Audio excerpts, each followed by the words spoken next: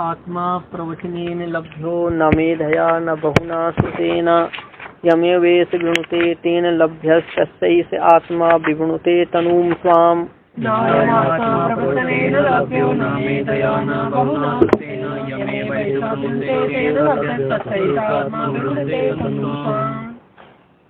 अयम आत्मा प्रवचनेन लभ्या न अयम आत्मा प्रवचनेन लभ्या न मेधया न बहुना श्रुतेन यम एव ऐसा विवृणुते तेन लभ्यः तस्य एषः आत्मा विवृणुते तनुं स्वाम। अयम आत्मा प्रवचनेन न लभ्यः, नहीं, अयम आत्मा बहुना श्रुतेन न लभ्यः प्रवचनेन न मेधया न ऐसा एव यम विवृणुते तेन लभ्यः तस्य ऐसा एव यम विवृणुते तेन लभ्यः तस्य ऐसा आत्मा स्वाम तनु विवृणुते। अयम आत्मा, ये परमात्मा बहुना श्रुतेन न लभ्या, बहुत श्रवण से प्राप्त नहीं होता, प्रवचनेन न मनन से प्राप्त नहीं है, मेधया न मेधा से प्राप्त नहीं है, मतलब ध्यान या निधिध्यासन से प्राप्त नहीं है। ऐसा या परमात्मा ही, ऐसा एव या परमात्मा ही यम विवृणुते जिसका वर्ण करता है, तेन लभ्या उसके द्वारा प्राप्त है, तस्य उसके लिए, वर्णी व्यक्ति के लिए, वर्णी कौन होता है? प्रीतम, प्रीतम के लिए, वर्णी के लिए ऐसा आत्मा ये परमात्मा स्वाम तनु विवृणुते अपने रूप को प्रकट कर देता है। लो भाई देख लीजिए, हम है, देख लीजिए, हमको अपने प्रीतम को दिखा देता है अपना रूप। आगे देखिए, ईदृश आत्म प्राप्ति उपायम दर्शयति औतरणिका में ऐसे परमात्म प्राप्ति के उपाय को दर्शयति करते कथयति, परमात्म प्राप्ति के उपाय को कहते हैं। हाँ, श्रुति दर्शयति क्रिया करता श्रुति है। अब यहाँ पर मत्वा कहा था ना, तो मत्वा जो परमात्म प्राप्ति का उपाय मत्वा शब्द से कहा गया है, तो उसको बताते हैं। नहीं, उससे ऐसे परमात्म प्राप्ति के उपाय को कहते हैं। ऐसा कौन? परमात्मा। ईदृश विशेषण है यहाँ पर आत्मा का, ईदृश किसका विशेषण है? मतलब ऐसा कौन? परमात्मा, जो महान है, वैभवशाली है ना, ऐसा अनित्य शरीरों में स्थित है, अनित्य शरीरों में स्थित है, ऐसा जो ऐसे परमात्मा की प्राप्ति के उपाय को कहते हैं। भाष्य में अत्र करते अस्मिन मंत्रे, इस मंत्र में प्रवचन शब्द से प्रवचन का साधन मनन लक्षणा से ज्ञात होता है। लग गया? लक्ष्यते कर लक्षणया ज्ञाते। इस मंत्र में प्रवचन शब्द से प्रवचन का साधन मनन लक्षणा से ज्ञात होता है। क्यों लक्षणा? क्योंकि तो बताते हैं उत्तरत्र आगे, न मेधया न बहुना श्रुतेन, इस प्रकार वक्षमाण ध्यान, मेधा कर निधिध्यासन या ध्यान, इस प्रकार आगे कहे जाने वाले ध्यान और श्रवण के साथ पाठ के बल से, ध्यान और श्रवण के साथ किसका पाठ किया गया है? प्रवचन का। किसका पाठ है? समव्यार का अर्थ होता है सहोच्चारण, सहोच्चारण, साथ साथ उच्चारण। भाष्य में चलना हूँ। हाँ, आगे न मेधया न बहुना श्रुतेन मिला है? कहाँ जा रहा है? अब देखिए हमारे में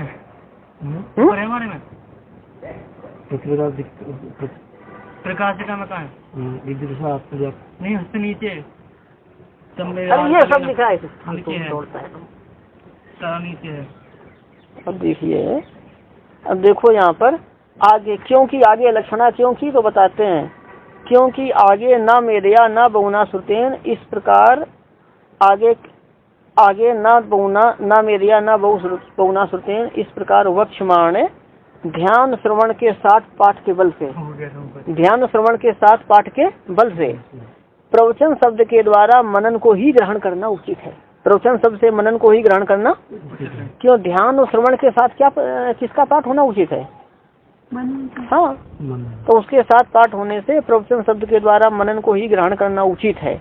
लक्षणा क्यों की गई? उसमें हेतु है, ध्यान रखना पंचमेंट। क्योंकि दूसरा हेतु, अध्यापन रूप से प्रवचन से हेतु तो अप्रसक्तेश्चा, यदि कोई कहे कि यहाँ पर प्रवचन से अध्यापन रूप प्रवचन क्यों नहीं लिया, कि अध्यापन से प्राप्त नहीं होता, ऐसा क्यों कहा?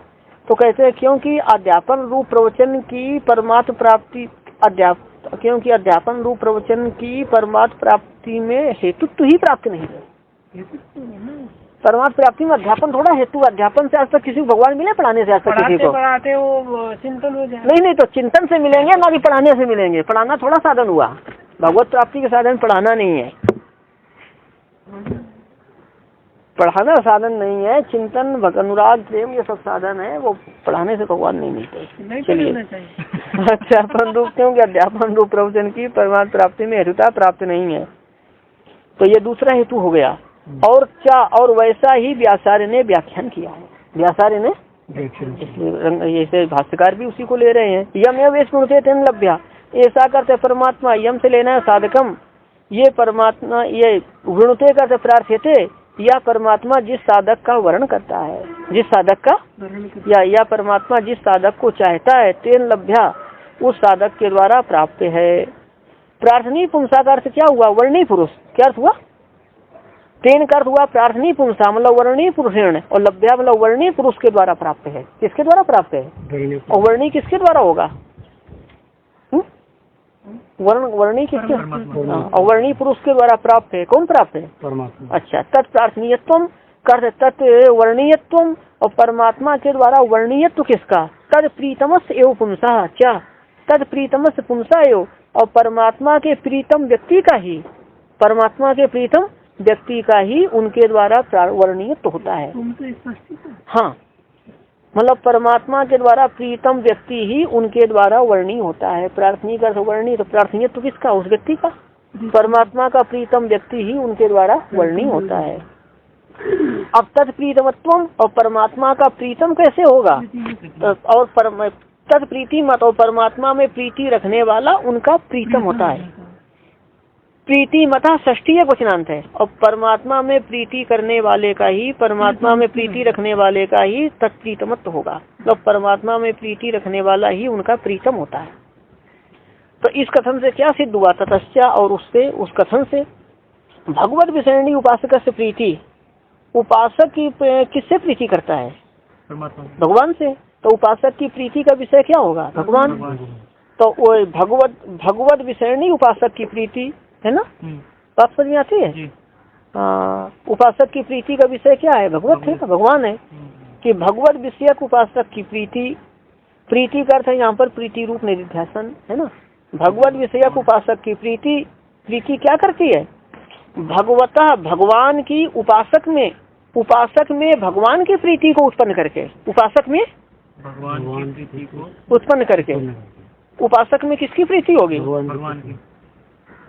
तो प्रीतम कौन होगा इस स्थिति में, उपासक प्रियतम होगा भाई। उपासक में भगवान की प्रीति हुई या उपासक में भगवान का प्रेम हुआ, तो अब प्रीतम कौन हुआ, प्रीतिम भगवान की प्रीति उपासक के उपासक में। हाँ, तो भगवान का की प्रीति उपासक में, तो प्रिय कौन होगा, प्रिय उपासक होगा, किसका, भगवान का।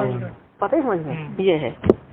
और ये देखना, ये उपासक की भगवान में प्रीति को उत्पन्न करके, भगवान की उपासक में प्रीति को उत्पन्न करके भगवान की प्रीति का हेतु होती है। भगवान की प्रीति का हेतु कौन होती है बताइए, हेतु भवती, भौतिक क्रिया का करता है उपासक से प्रीति, भौतिक क्रिया का करता क्या है, और वैसा होने से भगवत विषयक उपासक की प्रीति, भगवत विषयक उपासक की प्रीति उपासक में भगवान की प्रीति को उत्पन्न करके भगवान की प्राप्ति का हेतु होती है।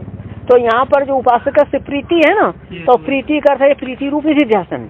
प्रीति का क्या अर्थ है, मतलब प्रीति रूप निधिध्यासन या प्रीति रूप श्रवण मनन निधिध्यासन भी समझ सकते हैं, है ना।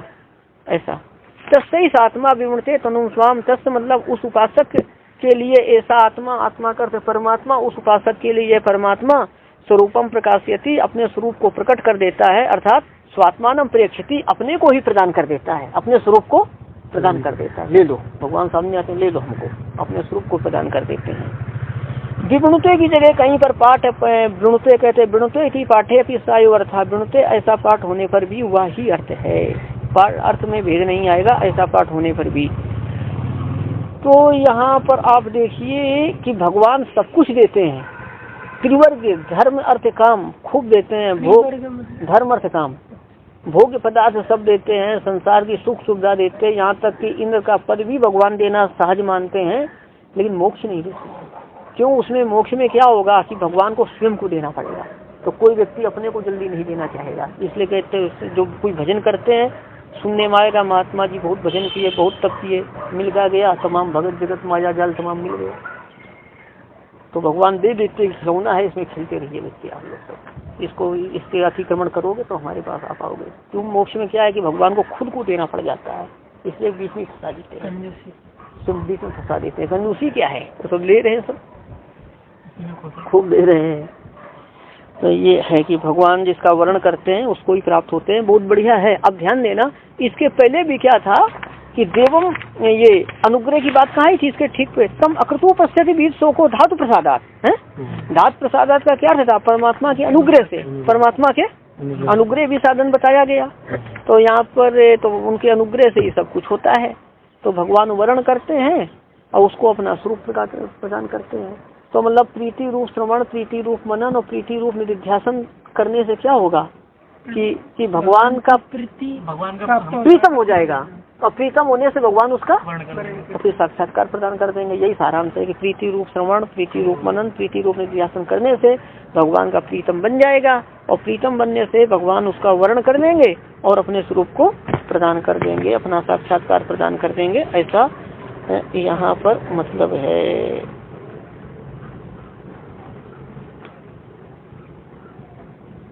अब देखिए, हाँ एक मिनट, इसमें फिर ये भगवान ये सब कुछ त्रिवर्ग देते, मोक्ष नहीं देते, तो माता और इसका जो उदाहरण देते वो गलत हो जाएगा। उदाहरण क्या गलत हो जाएगा? तो क्या वहाँ तो बच्चा गलत करने लगे तो भी मारपीट करके लाइन में ले आते। हाँ, तो यहाँ तो इतना सावन करने पर भी यही दे के फंसा देते हैं। नहीं, बात है ना, बच्चा जो है ना माँ के अलावा किसी को मानता है अपना सहारा।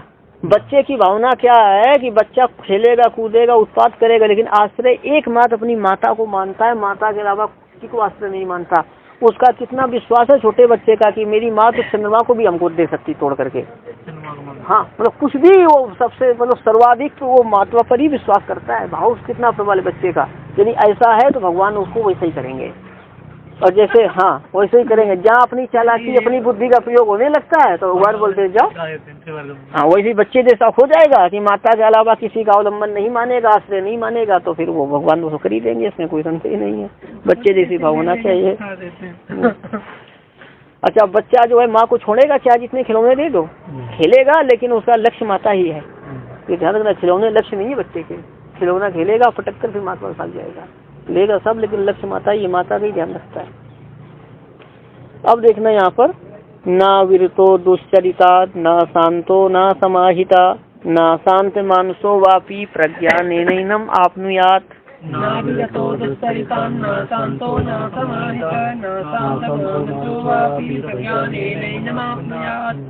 तभी मंत्र आए, तभी कहते हैं ना कृपा साध्य भगवत प्राप्ति है। हाँ हाँ, किसी ने कह देते। अरे अभी पहले मंत्र नहीं जिसका वर्णन करने से कहते कृपा साध्य है। अब देखना प्रेम, अब ये देखिए, न अविरता दुश्चरितात, परच्छेद देखना, न अविरता दुश्चरितात, न अशांतः न असमाहितः, न अशांत मानसः न अशांत मानसः व अपि प्रज्ञानेन एनम आपनुयात।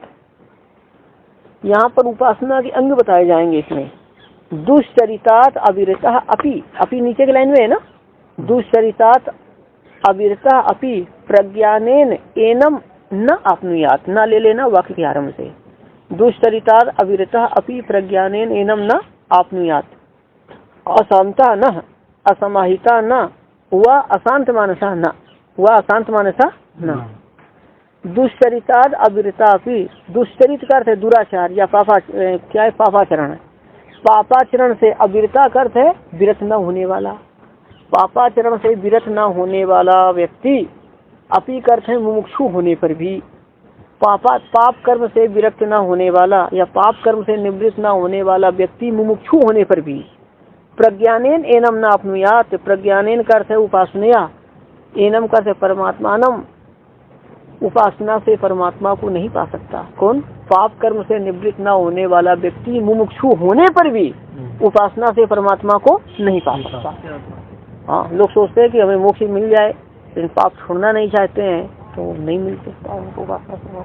वो तो बिल्कुल निषिद्ध करो, बिल्कुल छोड़ना ही पड़ेगा। इतना भी लेस हम लोगों में रह गया तो भगवान नहीं मिलेंगे, ये ध्यान रखना है। ये है कि पाप कर्म से निवृत्त न होने वाला व्यक्ति मुमुक्षु होने पर भी है ना, चाहने पर भी उपासना से परमात्मा को नहीं पा सकता। होने पर तो पाप मुमुक्षु हैं लोग ऐसे हैं कि हमको भगवान चाहिए, भगवान हमें चाहिए, और वो अपना पाप छोड़ नहीं पाते हैं। मुमुक्षु तो दृढ़ नहीं होता, जो भी हो, लेकिन वो इच्छा रहती है अंदर से, लेकिन वो पाप नहीं छोड़ पाते हैं। ये है, पाप नहीं छोड़ पाते हैं। चलिए आगे है अशांता हना। अशांता का अर्थ है अशांत काम क्रोध के वेग वाला, जिसके काम क्रोध आदि विकारों के वेग शांत नहीं हुए हैं। अशांत काम क्रोध के वेग वाला व्यक्ति भी उपासना से परमात्मा को नहीं पा सकता। अशांता ना, इसलिए इन वेगों की भी शांति होनी चाहिए। गीता में क्या है कि यही सोढ़ुम या प्राग शरीर विमोक्षणात् काम क्रोध भवम वेगम सा युक्तः, जो इस शरीर छोड़ने के पहले ही मतलब जीवन काल में ही काम क्रोध के वेगों को सहन कर सकता है, वह युक्त है, मतलब वो युक्त माना गया है, अवस्थित है, ऐसा कहते हैं। को सहन करने वाला माने मतलब मन में जैसा है कि भाई गुस्सा हमें सहन नहीं हुआ तो हमने ये बात आपको बोल दी, ऐसा नहीं हो, तो मतलब क्या है कि फिर वो सहन करना चाहिए, सहन करने की क्षमता होनी चाहिए। ये बताइए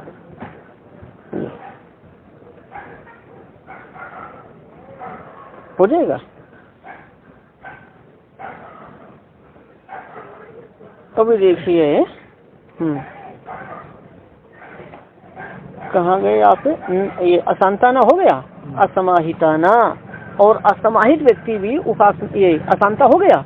असमाहिताना, असमाहित कर देखेंगे, असमाहित को देखो वही अर्थ, नाना प्रकार के कार्यों से विक्षेप के कारण व्यग्र चित्त वाला। बहुत प्रकार के कार्य होंगे तो विक्षेप हो जाता है, विक्षेप से चित्त शांत होता है कि चंचल, तो नाना प्रकार के कार्यों से विक्षेप के कारण व्यग्र चित्त वाला व्यक्ति मुमुक्षु होने पर भी उपासना से परमात्मा को नहीं पा सकता। वह अशांत मानसाना, अशांत मानसा का से असंयमित मन वाला। अंतर दोनों में देखेंगे, जिसके पास बहुत कार्य नहीं है, बहुत कार्य नहीं है करने के लिए, तो भी मन का संयम करना जरूरी है ना। बहुत कार्यों से विक्षेप नहीं है, लेकिन फिर भी मन का संयम नहीं कर पाया है। हाँ वही है, असंयमित मन वाला व्यक्ति मुमुक्षु होने पर भी उपासना से परमात्मा को नहीं पा सकता, ऐसा बताया गया है। लिखा हुआ है। हाँ अच्छा, तो मतलब क्या है इसका तात्पर्य कि निषिद्ध कर्मों का त्याग बहुत जरूरी है ना। निषिद्ध कर्म जैसे कि विहित कर्मों का आचरण अनिवार्य है, वैसे निषिद्ध का त्याग भी अनिवार्य है। इस आवास में भी आया था ना, निषिद्ध की निवृत्ति चाहिए जीवन में। वो निषिद्ध की निवृत्ति हुए बिना भी काम नहीं चलेगा। जैसे विहित कर्म करनी है, वैसे निषिद्ध कर्म अवश्य त्याग है। विहित कर्म में बढ़ते बढ़ते वो अपने आप घटते जाएंगे ना, धीरे धीरे। कौन? जितना विहित बढ़ते जाएंगे कर्म देह नहीं हो पाएगा ना।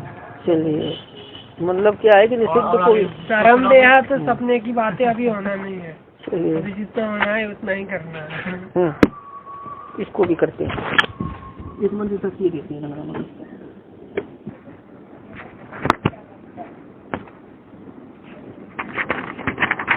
शर्म दे कास्ते माई पाई रामचित मानस ने कल सुन के शर्म दे मेरी कास्ती है,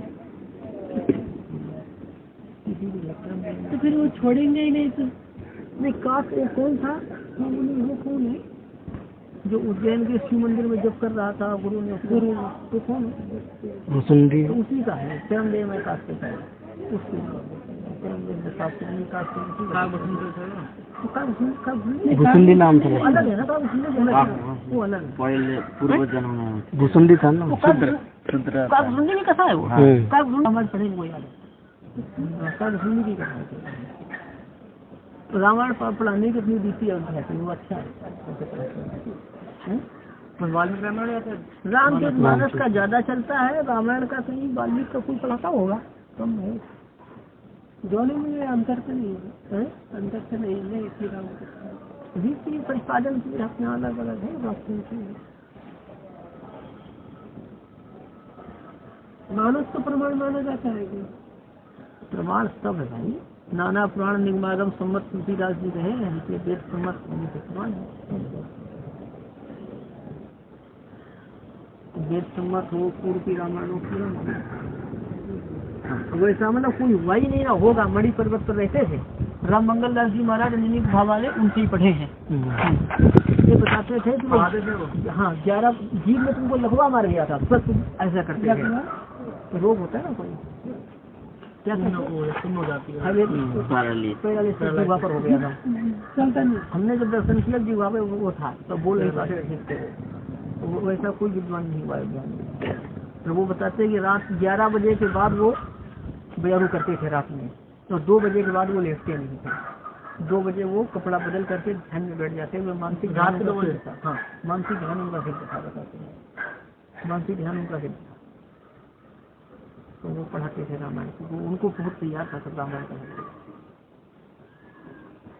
वो भी बहुत अच्छे थे। और त्याग भी बताते हैं राम मंगल दास जी, जीर्ण था उनके समय, बिड़ला आया, उनका बहुत कीर्ति थी, महाराज आपका आश्रम बना दे, बोले नहीं, एक पैसा उसका नहीं। गाँव वाले आए, 4 आने पैसे चढ़ाते थे, उसका इकट्ठा करके रखते थे, रुपया 2 रुपया दे दिया, रख देते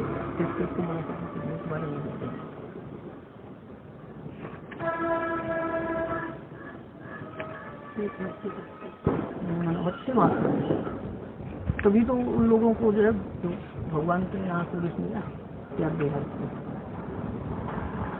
ये देखिए, ना विरतो दुश्चरिता, ना शांतो ना समाहिता, ना शांत मानसो वापी प्रज्ञानेनम आपनुयात। ना विरतो दुश्चरिता, ना शांतो ना समाहिता, ना शांत मानसो वापि प्रज्ञानेनम आपनुयात। न अविरतः दुश्चरिताद, न शांतः, न असमाहिता, न शांत मानसः वा अपि प्रज्ञानेन एनम आपनुयात। अन्वय देखना, दुश्चरिताद अविरतः अपि प्रज्ञानेन एनम न आपनुयात। अशांता न, असमाहिता न, अशांता न, अशांत मानसः न, असमाहिता न, यही क्रम बताया था हमने उसमें। चलिए अब देखो यहाँ पर अवतरणिका में ये कि दुष्चरित से विरत न होने वाला व्यक्ति मुमुक्षु होने पर भी उपासना से परमात्मा को नहीं पा सकता। अशांतः न, अशांत काम क्रोध के वेग वाला व्यक्ति मुमुक्षु होने पर भी उपासना से परमात्मा को नहीं पा सकता। और अशांत मानसा था कि नाना प्रकार के कार्यों से व्यग्र चित्त वाला व्यक्ति मुमुक्षु होने पर भी उपासना से परमात्मा को नहीं पा सकता। असमाहिता न, कि असंयमित चित्त वाला व्यक्ति मुमुक्षु होने पर भी उपासना से परमात्मा को नहीं पा सकता। अवतरणिका, परमात्म प्राप्ति के हेतुभूत, परमात्म प्राप्ति के हेतु, परमात्म प्राप्ति का हेतु उपासना के, परमात्म प्राप्ति का हेतु है उपासना। परमात्म प्राप्ति का हेतु क्या है? हेतु विरोध करते हेतु। परमात्म प्राप्ति के हेतु उपासना के अंग रूप से कुछ धर्मों को कहते हैं। उपासना के अंग रूप से कुछ धर्मों को, जो धर्म कहे जा रहे हैं वो किसके अंग है? जैसे दुष्चरित से विरत होना ये एक धर्म है, और ये किसका अंग बनेगा? उपासना का। दुष्चरित से विरत होना है ना, काम क्रोध के वेग की शांत, काम क्रोध के वेग की शांति वाला होना है, समाहित होना, यह धर्म किसके अंग है? उपासना के। अंग के बिना अंगी निष्पन्न नहीं होता है। अब यहाँ पर बताते हैं कि दुष्चरितार अविरता न, परदार प्रद्रव्य अपहरार अनिवृता, दूसरे के धन के अपहरण से, और परदार है ना दूसरे की पत्नी, दूसरे की स्त्री और दूसरे के द्रव्य के अपहरण से निवृत्त न होने वाला। निवृत्त मुमुक्षु के लिए तो व्यास भाष्य में बताया योग दर्शन के कि आवश्यकता से अधिक किसी की वस्तु को लेना तो दूसरे के द्रव्य का अपहरण करना है, बहुत पाप बताता है उसको संग्रह करने को। परदार मतलब दूसरे की स्त्री और दूसरे के द्रव्य के अपहरण करने से निवृत्त न होने वाला। अनुपशांत काम क्रोध वेगा, जिसके काम क्रोध के वेगों का उपशमन नहीं हुआ है। अशांत काम क्रोध के वेग वाला। नाना प्रकार के, नाना विध का नाना प्रकार के, व्यापार मतलब कार्य, नाना प्रकार के कार्यों से विक्षेप होने के कारण या विक्षिप्त रहने के कारण अशांत चित्त वाला या व्यग्र चित्त वाला। कैसा? चंचल चित्त वाला ना, वही चित्ताकर चंचल चित्त वाला। और असमाहिताकर से अनगृहित मना, मतलब असंयमित मन वाला मुमुक्षु होने पर भी उपासना से परमात्मा को नहीं पा सकता। एनम करते परमात्मानम, इस परमात्मा को प्रज्ञाने न अपनुयात, कि वो उपासना से नहीं पा सकता है। एक बात और देख लो संक्षेप में, पुरुष के लिए जो विहित हो उसे कहा गया यहाँ पे पुरुषार्थ। पुरुष के लिए जो विहित है उसे क्या कहेंगे? यहाँ पर यही अर्थ है। पुरुषार्थ से अनृत बदन निषेध से, अनृत बदन निषेध का अर्थ है मिथ्या भाषण का निषेध। मिथ्या भाषण का निषेध पुरुष के लिए किया गया है, तो मिथ्या भाषण का निषेध क्या हो गया? पुरुषार्थ। क्या हो गया? पुरुषार्थ है। अब ये देखना, तो 10 पूर्णमास एक याद है, ये कर्म है, अमावस्या और पूर्णिमा में संपन्न होता है वह कर्म है। तो 10 पूर्णमास के प्रकरण में क्रतु के अंग रूप से, क्रतु मतलब याद, 10 पूर्णमास के प्रकरण में, 10 पूर्णमास के प्रकरण में क्रतु के अंग रूप से ना नितम वदेत, ऐसा कहा गया। क्या कहा गया? हाँ, मिथ्या भाषण नहीं करना चाहिए, वो क्रतु के अंग रूप से वहाँ पर विहित है। क्रतु का अंग है और पुरुष के लिए विहित है तो पुरुषार्थ हो गया। मिथ्या भाषण नहीं करना चाहिए। इस निषेध के समान पुरुषार्थस्यपि दुष्चरित वृत्ति आदि है कि दुष्चरित से वृत्ति या दुष्चरित से निवृत्ति भी पुरुष के लिए है तो पुरुषार्थ है, कि दुष्चरित से निवृत्ति आदि रूप पुरुषार्थ का भी उपासना के अंग रूप से विधान संभव होता है। दोबारा लगाओ, यहाँ वत दिया ना, निषेधवत। जिस प्रकार 10 पूर्णमास प्रकरण में न अनृतम वदेत, इस प्रकार अनृत बदन का निषेध रूप पुरुषार्थ, अनृत बदन के निषेध रूप पुरुषार्थ, अनृत बदन का निषेध रूप पुरुषार्थ का विधान संभव होता है। विधानम उपपद्यते है ना आगे। जिस प्रकार 10 पूर्णमास प्रकरण में क्रतु के अंग रूप से नान्यतम वदेत, इस प्रकार है अनृत बदन के निषेध रूप पुरुषार्थ का विधान संभव होता है। उसी प्रकार दुष्चरित से निवृत्ति आदि रूप पुरुषार्थ का भी उपासना के अंग रूप से विधान संभव होता है। उपासना के अंग रूप से विधान, तब जैसे वहाँ पर क्रतु का अंग है कौन, अनृत बदन का निषेध, और जैसे वहाँ क्रतु के अंग रूप से वहाँ निषेध किया गया है, किसका? अनृत बदन का। और यहाँ पर दुष्चरित से वृत्ति आदि का क्या किया गया है? दुष्चरित से निवृत्ति का विधान किया गया है। ओम हाँ, पूर्णमदः पूर्णमिदम्